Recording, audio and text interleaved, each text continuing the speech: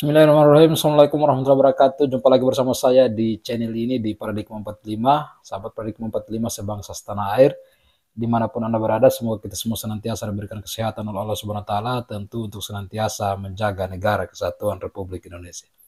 Baik sahabat Paradigma 45, ya pada kesempatan ini saya ada kemudian sebuah video yang cukup menarik untuk kita simak bersama-sama, yaitu salah satu video dari Abuya Qurtubi yang hari ini betul-betul melakukan perlawanan dan melakukan pembelaan terhadap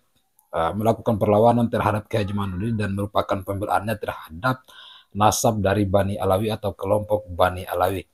Jadi Abuya Qurtubi ini kemudian memperingatkan kepada Kiai Haji Ma'ruf Al-Bantani terkait dengan tulisannya bahwa ketika misalnya lewat dari bulan 2 atau 6 bulan setelah debat di Banting, dan tidak ada lagi pertemuan untuk mendiskusikan persoalan nasab atau persoalan yang kemudian ditulis oleh Haji Ma'ruf Bantani dalam hasil tesisnya terkait dengan nasab dari Bani Alawi ini, yang membantah bahwa Bani Alawi ini terputus nasabnya dan tidak tersambung kepada baginda Nabi Muhammad Sallallahu Alaihi Wasallam, sehingga Kiai Qurtubi kemudian mengingatkan bahwa dia telah mempersiapkan bom waktu untuk kemudian ditujukan kepada Kiai Haji Ma'ruf Bantani bahwa apa yang ditulis selama ini menurut Kiai Qurtubi itu adalah hal yang salah, ketika misalnya Kiai Haji Ma'ruf Bantani membatalkan nasab dari Bani Alawi dan tidak mengakui Ubaidillah.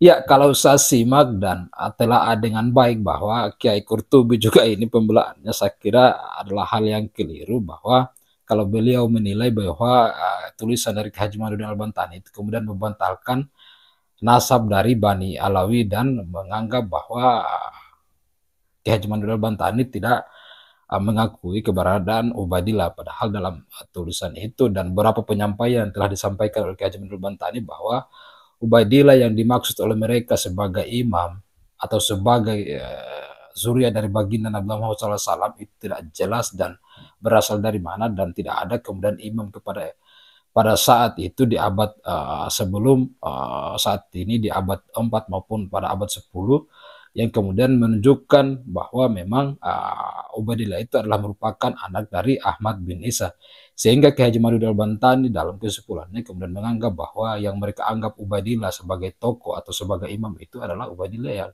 fiktif dan bukan merupakan zuriat dari baginda Nabi Muhammad SAW. Yang kedua adalah bahwa Kiai Haji Ma'ruf Al-Bantani tidak pernah membatalkan nasab dari Bani Alawi. Bahkan beliau telah mengakui itu bahwa Bani Alawi ini memang ada keturunannya di Indonesia, ada keturunannya di Yaman dan seterusnya, namun bukan merupakan cucu atau zuriat dari baginda Nabi Muhammad SAW. Jadi saya kira kalau kemudian Abuya Qurtubi atau Kiai Qurtubi menganggap bahwa Kiai Haji Ma'ruf Al-Bantani membatalkan nasab dari Bani Alawi, tidak mengakui bahwa Bani Alawi itu adalah sebuah kesalahan. Karena Kiai Haji Ma'ruf Al-Bantani lagi-lagi tidak membatalkan atau bukan tidak mengakui adanya nasab dari Bani Alawi, tapi beliau mengatakan bahwa Bani Alawi itu bukan merupakan cucu atau zuriat dari baginda Nabi Muhammad SAW. Dan saya kira kemudian bom waktu atau bom nuklir yang dikatakan oleh Kiai Qurtubi ini, saya kira itu akan bahkan makan senjata makan tuan, karena sampai hari ini juga dari beberapa kemudian apa yang mereka telah lakukan untuk membuktikan diri bahwa Bani Alawi adalah cucu dari baginda Nabi SAW belum mampu dilakukan, baik tes DNA maupun kitab sezaman yang katanya akan dihadirkan oleh Surmail Abbas dari perjalanannya ke barat dan ke timur tengah. Untuk itu bagaimana kemudian Kiai Qurtubi menjelaskan apa yang dimaksud dan bagaimana tanggapannya terhadap tesis dari Kiai Haji Ma'ruf Al-Bantani, mari kita simak dan kita saksikan berikut ini. Seperti yang terjadi sekarang, yang sedang viral tentang masalah nasab Alawi, nasab para habaib. Saya tidak akan membahas secara luas, karena insya Allah nanti kalau sudah lewat bulan Februari, 6 bulan dari debat di Banten, saya hitung sampai Februari. Ketika Februari tidak sampai ada perdebatan lagi, tidak ada ketasliman lagi, maka akan saya tuntaskan pembahasan itu melalui kajian-kajian. Saudara, para ulama ahlu sunnah wal jamaah yang dipermasalahkan Imam Ubaidillah bin Ahmad al-Muhajir atau Ahmad bin Abdul al-Muhajir di abad keempat, abad kelima, abad ke-6, abad ke-7, abad ke-8, abad ke-9, abad ke-10. Artinya dari mulai zaman Imam Ubaidillah sampai kepada ulama mutaakhirin Syekh Nawawi Tanara Banten. Tidak ada satupun ulama ahlu sunnah wal jamaah yang membatalkan nasabnya, yang menafikan Imam Ubaidillah bin Ahmad al-Muhajir. Tidak ada. Saya jamin tidak ada.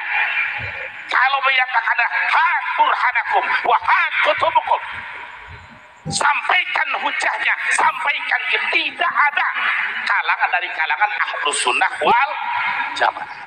Tapi kalau dari kalangan Wahabi di kurun mutaakhirin banyak, di antaranya Murad Syukri. Nah, sekarang ini ada ustadz-ustadz di Banten, di Cirebon, termasuk di Jogja, ada kelompok-kelompoknya, walaupun sekarang sudah saling serang gara-gara duit, yang membatalkan nasab Alawi. Saudaraku kaum muslimin wal muslimat, saya tidak akan mengeluarkan dalil secara rinci karena ini butuh waktu. Saya sudah mengarang kitab An-Nawawiyus Syadid fi Qab'i Tughyani Imadil Hanif, bom nuklir untuk menumpas kesesatan imad yang keras kepala. Itu artinya. Itu sudah saya karang. Dan di Banten baru 9 ke 10 masalah dari 102 masalah kesalahan. Masih ada 190 lebih. Saya masih memantau. Intinya untuk di kalangan umum, siapa di antara kita yang tidak menggunakan kaul Imam Ibnu Hajar al-Haytami di dalam kitab fikih, di dalam kitab akidah? Imam Az-Zabidi Al-Murtadha, pengarang kitab Ithab Sadatul Muttaqin, Syarah Ihya Ulumuddin, beliau mengarang kitab yaitu khusus nasab, kitab Ar-Raudhul Jali. Bagi kita cukup, bagi orang awam cukup taklid kepada Imam Az-Zabidi dan Imam Ibnu Hajar al-Haytami. Di dalam bidang fikih ada kata Imam Romli dengan Ibnu Hajar bertentangan, siapa yang diutamakan? Ibnu Hajar. Ibnu Hajar al-Haytami dengan kitab sabatnya menetapkan sanadnya nasab para habaib. Jadi saya nyatakan ulama ahlu sunnah wal jamaah sampai kurun Syekh Nawawi, bahkan sampai Hadratus Syekh Kiai Haji Hasyim Asy'ari di dalam kitab An-Nurul Mubin, tidak ada yang menafikan. Namun akhir-akhir ini ada orang yang membuat standar pribadi jauh daripada dari kata-kata atau syarat-syarat yang dinyatakan oleh ulama salafus saleh. Dia berargumen dalam kitab Asy-Syajaratul Mubarakah Imam Fakhrur Razi. Saya nyatakan Imam Fakhrur Razi, kalau betul Syajaratul Mubarakah sebagai kitab Imam Fakhrur Razi, hanya tidak menyebut, tidak menafikan, yang menafikan penjelasan ustadz tersebut. Kitabnya tidak menafikan. Bahkan saya bocorkan sedikit. Ini salah satu nuklir. Ada dalam karyanya kaidah usul fikih yang dia sebutkan. Contoh, Ja'a Jaidu, datang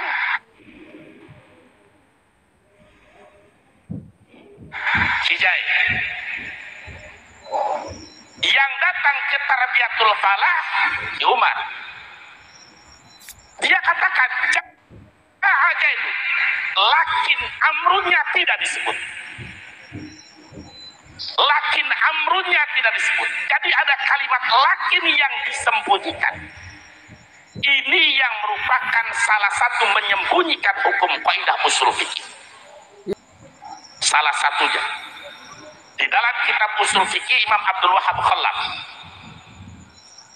Jadi ketika yang datang Umar dikatakan jaib, lakin amrun tidak disebut, itu berarti menyembunyikan hukum. Menyembunyikan hukum bagian daripada perbuatan Yahudi. Yang suka menyembunyikan hukum perbuatan siapa? Yahudi. Yang merubah tahrif hukum adalah Yahudi. Memang Rasulullah SAW sudah menyampaikan melalui hadis Imam Abu Sa'id Al-Khudri yang dimuat dalam kitab Sahih Bukhari, yang dinukil oleh Imam An-Nawawi dalam kitab Riyadhus Shalihin, oleh Imam Abi Jamrah dalam kitab Matan Abi Jamrahnya, la tattabi'unna sanana man qablakum shibran bi shibrin wa dir'an bi dir' hatta law salaku juhra tabin la salaktumu qalu al-yahudu wan nasara. Jadi bukan hanya orang awam mengikuti gaya Yahudi, ustadz kiai di akhir zaman bakal mengikuti Yahudi dan Nasara.